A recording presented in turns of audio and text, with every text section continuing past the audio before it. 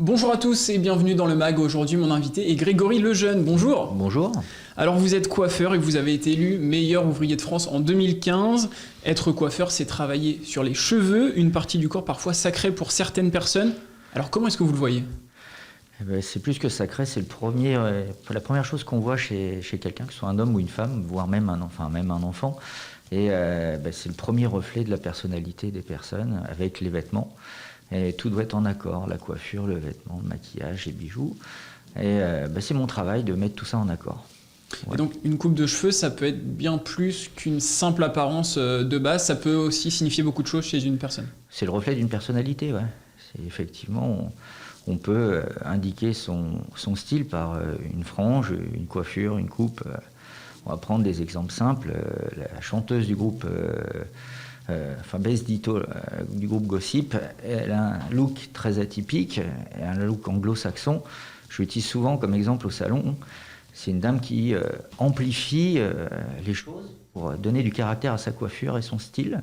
Donc elle est en accord un style vestimentaire, une coupe, un maquillage, tout est en accord. Ça, c'est mon job, faire en sorte que tout soit en accord. Alors mes clientes ne sont pas toutes lookées comme Bess Ditto, hein. Il faut adapter selon la personnalité et le look de la personne. C'est plus souvent chez nous plutôt latin plus qu'anglo-saxon, donc c'est plus doux que marqué, mais il faut quand même faire la différence pour les clients, savoir les reconnaître. Et vous en avez vu passer des coupes de cheveux et des chevelures différentes. Vous avez 25 années de travail derrière vous. Vous êtes né dans une famille de coiffeurs. Alors est-ce que pour vous c'était une évidence au final ? Ma vocation entre guillemets est venue à l'âge de 7 ans. J'accompagnais mon père à des entraînements de coiffure le soir, quand j'avais pas école le lendemain. Et puis, j'ai commencé à apprendre comme ça. Je touchais pas les cheveux, mais j'écoutais ce que les gens disaient. Entouré de meilleurs ouvriers de France qui entraînaient des jeunes et des moins jeunes pour les faire progresser dans la coiffure. Et j'ai commencé à écouter, à apprendre mon métier comme ça. Et à 16 ans, mon père voulait que je fasse un baccalauréat que j'ai refusé de faire. Je suis allé en seconde et puis comme il a vu que je n'avais pas travaillé beaucoup, on m'a gentiment réorienté en coiffure et là j'ai fait un CAP, un brevet de coiffure. C'est quelques années plus tard que j'ai compris qu'il aurait fallu que je fasse un peu plus d'études pour faire tourner une boîte et j'en ai fait cette année. Donc voilà. Donc vous y êtes quand même revenu et c'est enrichissant pour vous, ça a été une réussite. Voilà, j'ai fait un MBA cette année. Donc pour apprendre à diriger une boîte correctement, gérer du personnel. Et voilà, et puis pour moi, j'avais un petit déficit de formation qui me complexait, entre guillemets. Donc voilà, cette année, j'ai repris l'école. Enfin, l'an dernier, j'ai repris l'école et j'ai fini avec un MBA. Là. Et c'est validé, félicitations voilà, à vous. Depuis vos débuts, quels sont les changements majeurs que vous avez pu observer alors, dans votre métier, que ce soit au niveau technique, matériel, de la clientèle, des salariés même peut-être ? Alors, changement majeur en mobilier, c'est beaucoup plus sympa qu'avant. On arrive à faire des looks assez design dans les salons de coiffure. La coiffure est en train d'évoluer et de se relooker un petit peu. Les salons de coiffure étaient vieillissants depuis quelques années. Là, on commence à avoir des choses sympas arriver. Le matériel, ça a évolué. On a des choses pour brocher, lisser, amplifier les séchages, faciliter l'existence du brushing, par exemple, faciliter le travail. Donc ça, c'est très bien. C'est aussi beaucoup plus respectueux de la nature via l'Europe aujourd'hui qui impose des produits doux pour la nature, entre guillemets. Ils ont des listes de produits qu'ils interdisent au fur et à mesure aux fabricants qui sont obligés de se mettre aux normes régulièrement. Donc ça devient de plus en plus sympa. Pour le personnel, c'est un peu plus compliqué ces derniers temps. Crise Covid, je pense. On a énormément de mal à recruter. Donc voilà, on a aussi pendant des années fait du mal, les coiffeurs, les patrons coiffeurs ont fait du mal à la coiffure. On ne payait pas tellement bien notre personnel. Donc aujourd'hui, on en paye un peu les conséquences et on a du mal à recruter. Donc moi je recrute actuellement, donc n'hésitez pas à venir me voir. C'est avec plaisir qu'on peut discuter d'un salaire, d'avantages et de choses comme ça. Effectivement, ça se discute. Aujourd'hui, les patrons coiffeurs sont ouverts à discussion pour trouver du personnel. Voilà. Les portes de vos 2 salons, puisque vous avez 2 salons, sont grandes ouvertes. Sont grandes ouvertes, voilà. Nous recrutons. Nous avons du mal à recruter, donc n'hésitez pas à venir. Bon, alors votre travail, votre expérience vous ont amené à obtenir des distinctions, et notamment une prestigieuse, puisque vous avez été dans les années 2000 membre de l'équipe de France de coiffure. Est-ce que vous pouvez nous expliquer comment on intègre l'équipe de France et comment on la représente ? Alors, j'avais fait pas mal de compétitions de vélo avant. Et j'avais à l'époque ma première petite copine qui faisait des concours de coiffure. Et j'avais décidé, de faire un concours, pas vraiment en concurrence avec elle, parce que j'ai choisi une autre catégorie pour éviter des conflits. Et puis, je me suis pris au jeu, j'ai gagné le premier concours. Donc, ça motive. Je n'ai pas gagné de course de vélo, donc j'ai gagné un concours de coiffure. Je me suis dit que j'étais sans doute plus doué dans la coiffure. Donc, je fais un deuxième concours, je fais le deuxième. Et le troisième concours, c'était les championnats de France et un concours international à Paris. Et là, je fais troisième français, 10e international. Je suis rentré en équipe de France comme ça, via Daniel Gilbert, un coiffeur meilleur ouvrier de France rouennais, qui m'a, entre guillemets, recruté pour ça, avec tous les meilleurs ouvriers de France du coin, donc que ce soit Jean Dezombre, qui m'a préparé, Alain Lemaître, donc tous les meilleurs ouvriers de France du coin m'ont donné un petit coup de main pour rentrer en équipe de France.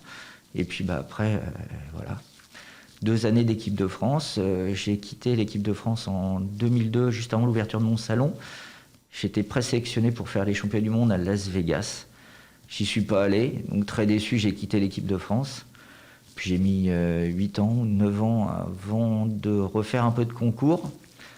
Et puis Daniel Gilbert, encore lui, est venu me proposer de faire les meilleurs ouvriers de France, que j'ai fait une première fois. Voilà, c'est là que sont arrivés d'autres nouveaux objectifs dans le prestigieux MOF Meilleur Ouvrier de France, comme vous l'avez dit. Vous avez d'abord eu un échec en 2011 avant de connaître le succès en 2015. Est-ce que vous pouvez revenir justement sur ces 2 éditions ? Alors la première fois, on m'a expliqué que les meilleurs ouvriers de France, il fallait travailler comme un fou, ce que j'ai fait, travailler comme un fou, mais alors, j'étais super bien préparé parce que j'étais bien accompagné. Par contre, je me suis mis une pression monumentale. Et puis, le jour du concours, j'avais réussi à me mettre dedans. Donc, par la pression, je n'ai pas réussi. La deuxième fois, j'ai changé ma préparation. J'avais un salon de coiffure à l'époque sur Sotteville. J'étais passé entre les 2 passages MOF de 4 employés à 10 employés. Enfin, 9 exactement, on était 10 à travailler. Donc, j'ai préparé différemment. Tout simplement, la deuxième fois, je travaillais en journée. Mes employés travaillaient pour moi. Je travaillais en journée, dès que je pouvais m'entraîner, je m'entraînais. Et dès que j'avais mes modèles disponibles, elles venaient se faire coiffer au salon pour que je puisse préparer mes épreuves. Et les 2 derniers mois, j'ai consacré 10 heures par jour à faire que de la répétition d'épreuves avec mon entraîneur Michel Martin, qui s'est déplacé pendant 2 mois, tous les jours, rien que pour moi. Donc 7 jours sur 7, 10 heures par jour. Et donc ça a payé au final, puisque je le rappelle, meilleur ouvrier de France. Donc en 2015, la coiffure c'est très varié, ça va des coupes les plus basiques aux plus sophistiquées. Alors vous, quelles sont vos préférences, quelles sont vos coupes préférées ? Alors, j'adore couper les cheveux. Je suis un peu moins fan sur une application de couleur traditionnelle, on va dire couvrir du cheveu blanc sur une racine. C'est pas tellement excitant pour moi parce que dès l'instant où ma cliente fait la même chose, il n'y a pas forcément un gros diagnostic à faire. J'aime les gros changements de couleur, j'aime faire un chignon pour une mariée par exemple. Là, je suis en train de mettre en place un nouveau service où on s'est muni d'une coccinelle cabriolet pour accompagner sur les mariages. Donc on va faire un petit forfait où le coiffeur sera dès le matin au mariage avec la mariée, ses accompagnants. Je la conduirai avec la coccinelle cabriolet. Et le soir, on fera au vin d'honneur un petit bar à chignon pour les invités et les enfants, par exemple. Donc voilà, ça fera une journée complète où je serai dispo en coiffure et retouche maquillage pour la mariée. Concept novateur et plutôt sympa. Il y a souvent des tendances capillaires. Est-ce que vous pouvez nous parler de celle du moment ? Alors, on parlait un petit peu tout à l'heure en off de la coupe mulet qui revient, je disais, tous les ans. Mais alors moi, on en entend parler, on la voit peu. Peut-être elle reviendra un jour, plus en femme qu'en homme, je le dis souvent.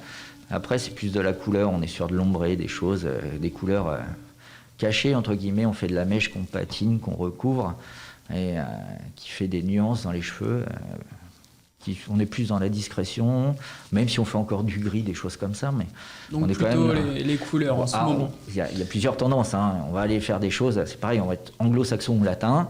L'anglo-saxon, il va être plus marqué, plus tranché, le latin plus discret. Voilà, vous savez tout. Merci à vous, Grégory Logène, d'avoir participé à notre émission. Merci. On peut vous retrouver dans vos 2 salons rue d'Amiens à Rouen et sur les réseaux sociaux, Facebook et Insta, 2 salons étant de Grégory, l'art du cheveu et la clinique du cheveu. Merci à vous et sachez que vous pouvez également retrouver cette émission sur notre site et application Radio Sensation.